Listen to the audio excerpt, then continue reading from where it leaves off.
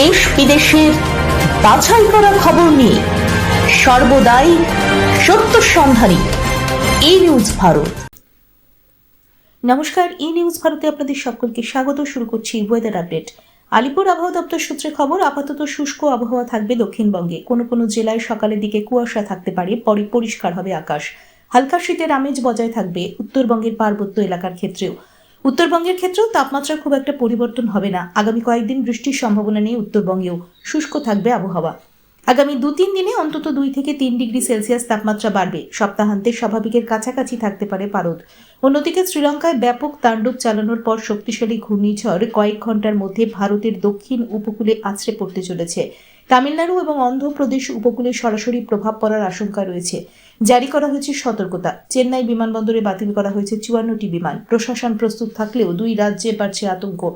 তবে পশ্চিমবঙ্গে এই ঘূর্ণিঝড়ের কোনো প্রভাব পড়বে না।